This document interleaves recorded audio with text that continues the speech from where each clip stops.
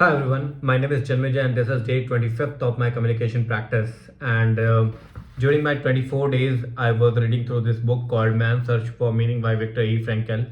And here, the book has two parts. One part deals with the author's experience in the concentration camp, and the second part is around his logotherapy.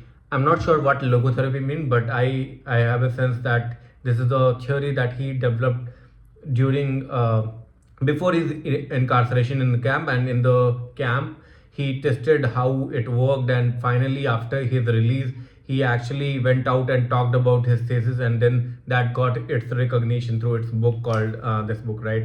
So in 1945, during the World War II era, the Nazi Germany was basically expanding, and they were treating Jews very badly, and the Jews were being persecuted. And and some accounts say that there were like 6 million Jews that were killed in the process.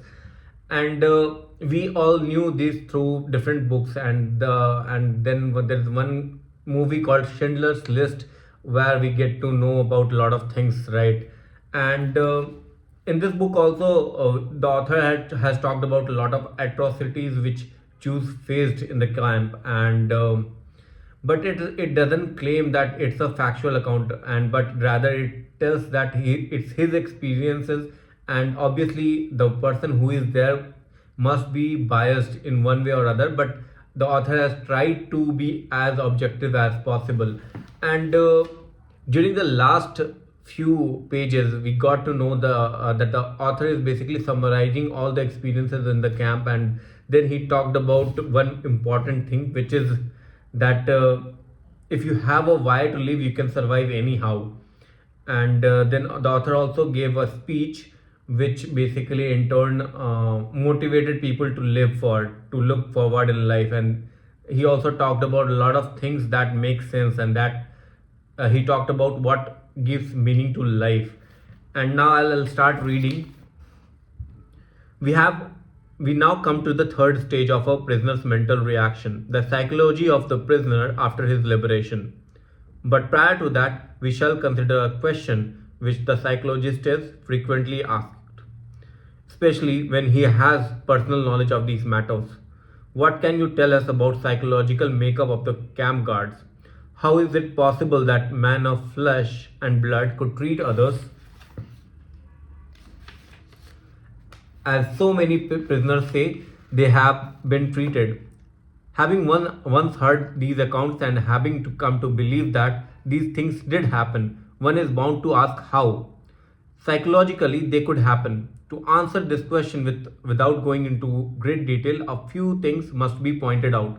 First, amongst the guards, there were some sadists in the purest clinical sense. Second, these sadists were always selected when a really severe detachment of guards was needed.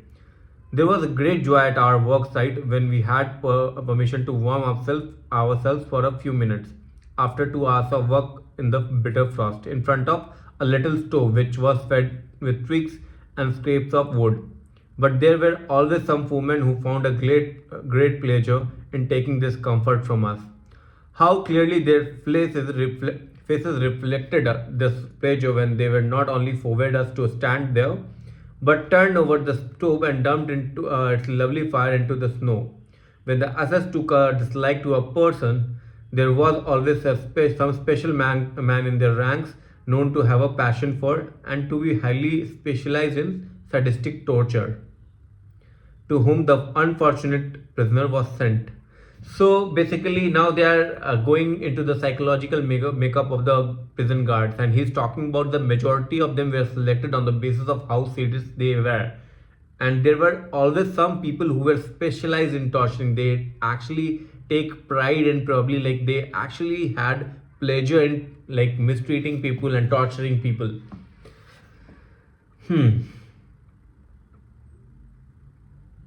Third, the feelings of the majority of the guards had been dulled by number of years in which, in ever increasing doses, they had witnessed the brutal methods of the camp.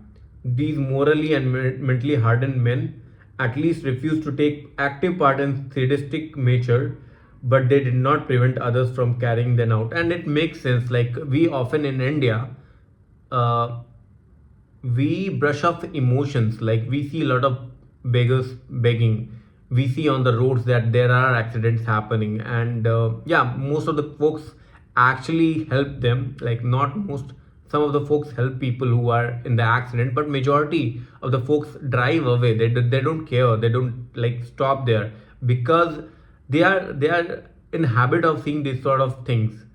And here we also see a lot of folks suffering, but we don't help them out, because there are a lot of them. Like we are hardened, our emotions are suppressed, and we don't actually go out and help people. We see little kids crying, and like those who are not that fortunate, who are poor.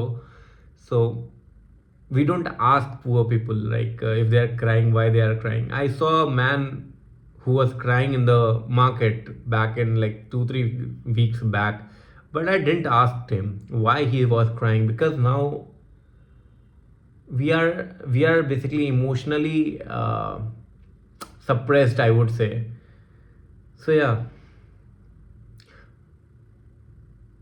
Fourth, it must be stated that even among the guards, there were some who took pity on us. I shall only mention the commander of the camp from which I was liberated. It was found later after liberation, only the camp doctor, a prisoner himself, had known of it previously, that this man had paid no small amount, a sum of money from his own pocket in order to purchase medicines for his prisoners from the nearest market town. But the senior camp warden, a prisoner himself, was harder than any of the SS guards. He beat the other prisoners at the very slightest opportunity, while the camp commander, to my knowledge, never once lifted his hand against any of us. So basically, here is talking about the camp commander who actually bought medicines from his own pocket, and he was one of the SS men.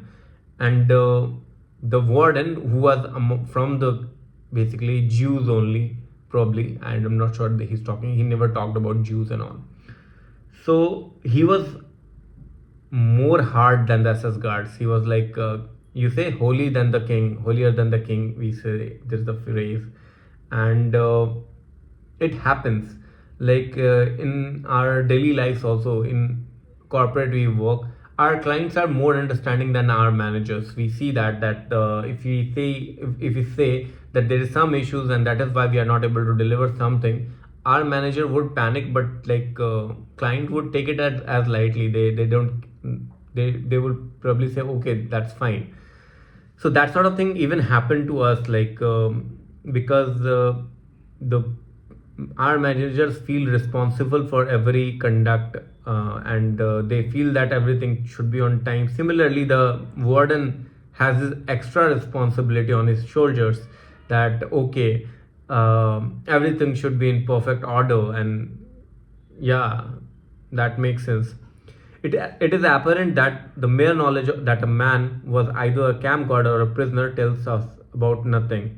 Human kindness can be found on all groups, even those which as a whole it would be easy to condemn. The boundaries between groups overlapped, and we must not try to simplify matters by saying that these men were angels and those were devils. Certainly, it was considerable achievement for a guard or a foreman to be kind to the prisoners in spite of all camp's influences. And on the other hand, the baseness of a prisoner who treated his own companions badly was exceptionally contemptible. Obviously, the prisoners found the lack of character in such men especially upsetting, while they were profoundly moved by the smallest kindness received from any of the guards. I remember how one day a foreman secretly gave me a piece of bread which I knew he must have saved from his breakfast ration. It was far more than the small piece of bread which moved me into tears at that time. It was human something which this man also gave to me, the word and the look which accompanied the gifts. From all this, we may learn that there are two races of men in the world, but only those two, the race of which the decent and the race of the indecent men. Both are found everywhere. They penetrate into all groups of society. No groups consist of entirely of decent or indecent people. In this sense, no group is of pure race, and therefore one occasionally found a decent fellow among the camp guards. Life in a concentration camp tore open the human soul and exposed its depths. It is surprising that in all those depths we found only human qualities which in their very nature were mixed of good and evil. The rift dividing good from evil, which goes through all human beings, reaches into the lowest depth and becomes apparent even on the bottom of the abyss, which is laid open by the concentration camp. So here, in these few lines, author mentions one of the important point, that there are only two kinds of races in the world. One that is decent, the other one is indecent, and these decent and indecent people cut across all the groups. It might be, you can say one group is the evil one and the other group is a devil and the other one is an angel.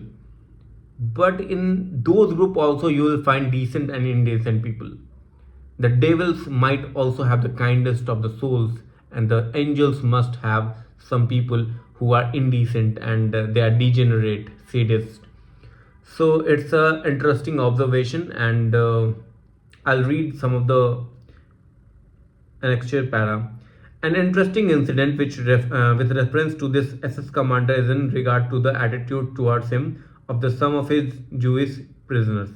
At the end of the war, when the American troops liberated the prisoners from our camp, 3 young Hungarian Jews hid this commander in the Bavarian woods. Then they went to the commandant of the American forces, who was very eager to capture this SS commander, and they said they would tell him where he was, but only under certain conditions. The American commander must promise that absolutely no harm would come to this man.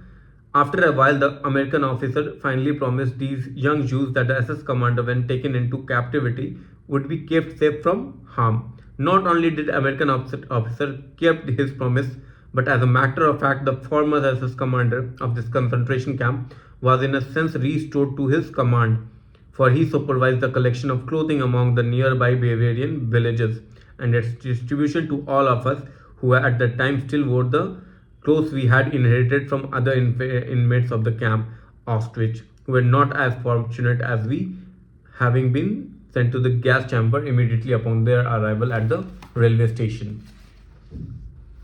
So here we understand, like the SS commander who was basically overseeing the camp, he was a decent guy. He was heading the camp. He was more compassionate to the people. He actually spent his own money to get medicines. But we see among those prisoners, there were folks who were warden, and they were like more sadist people. They were beating people left, right, and center. And this commander was saved by the Bavarian Jews, Hungarian Jews, who hit the commander once the war was over and American troops actually captured the area. And he was only handed over to the American folks once they were they got certain assurities from the American troops that he must not be harmed. And he was actually, in fact, restored as a commander, and he actually did a lot of great deeds there, despite being the head of the SS prison guards. So you in fact see the author's perspective here. He's being objective despite being in the concentration camp, despite being tortured, despite losing his wife, despite the fact that he was actually undernourished. He had typhus. He had gone through a lot. His degrees were burned, thrown in the garbage, and still he maintained the objectivity to say this, that the man that was commanding that position was a decent man, and he actually didn't divided the groups into devils and angels. He said that these two folks cut across groups.